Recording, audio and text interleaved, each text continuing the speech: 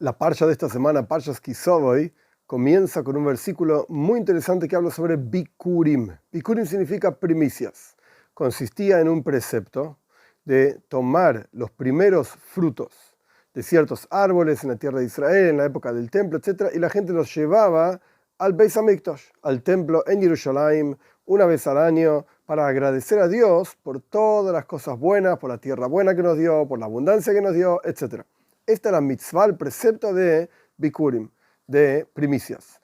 La forma en que la Toira expresa este precepto da lugar a muchísimas interpretaciones que nuestros sabios nos ofrecieron a lo largo de las generaciones. Hay una enseñanza específica del Baal Shem Tov, el fundador del movimiento jasídico, sobre justamente este versículo. Vamos a analizar, por lo menos brevemente, esta enseñanza para ver cómo podemos aplicarla a nuestra vida personal. El versículo dice, en hebreo, y será cuando llegues, entres en la tierra que Dios, tu Señor, te da como herencia y vas a heredarla y vas a asentarte en ella. Este es el primer versículo de la parsha de esta semana. Luego la Torá dice, velocacto, tomarás de las primicias, de todos los frutos de la tierra, que traerás justamente de tu tierra, que Dios te da, y lo pondrás en una canasta, e irás al lugar, Asher Ibhar Hashem Elokejo, que Dios elegirá, para hacer residir su nombre ahí. Y la Torá explica qué es lo que hay que hacer con esos frutos, dárselos al Kohen, etcétera, etcétera. Pero el punto aquí es varios asuntos específicos que vamos a analizar. Punto número 1, y será cuando llegues a la tierra. ¿Qué significa llegar a la tierra espiritualmente hablando? La palabra Oretz, tierra, está directamente relacionada con la palabra Rotzoin, que significa voluntad. Es decir, y será cuando llegues a la voluntad, cuando realmente desees, anheles el servicio a Dios. Pero esta voluntad, ¿de dónde viene? Continúa el versículo diciendo, que Dios tu Señor te da. Esa tierra de Israel, que el pueblo de Israel heredó cuando salió de Egipto, etcétera, etcétera, espiritualmente hablando dijimos que representa la voluntad que cada uno tiene de servir a Dios. Pero esa voluntad, esa tierra la dio Dios. Esa voluntad es un regalo divino. Por eso la Torá dice que Dios tu Señor te da. Esta voluntad es un regalo divino. ¿Qué tenés que hacer con ese regalo divino que te llegó? Tenés que ponerlo en una canasta, entre comillas. Esos frutos de la tierra de Israel había que ponerlos en una canasta, pero lo que se refiere aquí espiritualmente hablando, que no alcanza con simplemente sentir inspiración y decir, hoy quiero servir a Dios, que esto es un regalo que Él te da, Él te llama, por así decir, entre comillas, y esto despierta en la persona la voluntad de servir a Dios. No alcanza con esto, sino que tiene que ser, como dice el versículo, vas a asentarte, vas a ponerle una canasta, tenés que generar en tu propia vida los recipientes necesarios en donde pueda residir específicamente esta inspiración. En otras palabras, ¿sentís inspiración? Pues tenés que hacer algo práctico, concreto con tu propia vida. Por ejemplo, dar tzedaka, dar caridad, ayudar a otros con tu propio cuerpo para asentar esa energía que ya llegó. Dios te la regaló.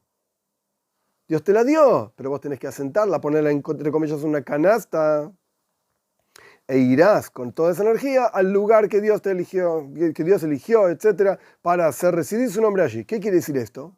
Esta enseñanza tiene dos partes. Por un lado está la energía que Dios te da como regalo. Y la Torá dice, y será cuando llegues ahí, bueno, Dios te dio un regalo. Pero la pregunta es, ¿y cómo hago que Dios me dé ese regalo?